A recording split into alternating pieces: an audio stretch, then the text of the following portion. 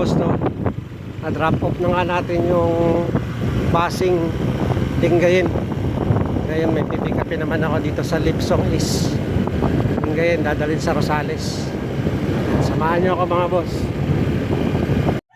Ngayon mga boss, no? Nandito na ako sa Lipsong East, dito kay Sir Adam. At tinipit tatlong manok na pipikapin ko. Magkano sa tatlo nakuha nito, boss? Ano to? 7, 8. 7-8 at sa tatlo. Ayun, anong bloodline nito, boss?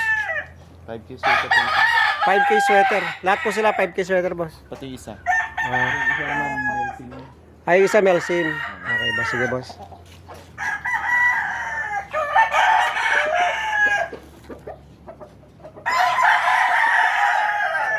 Matapang to ka.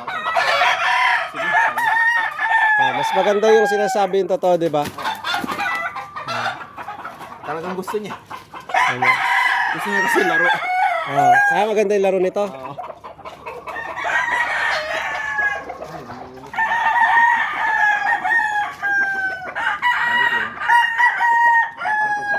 Halak kanina.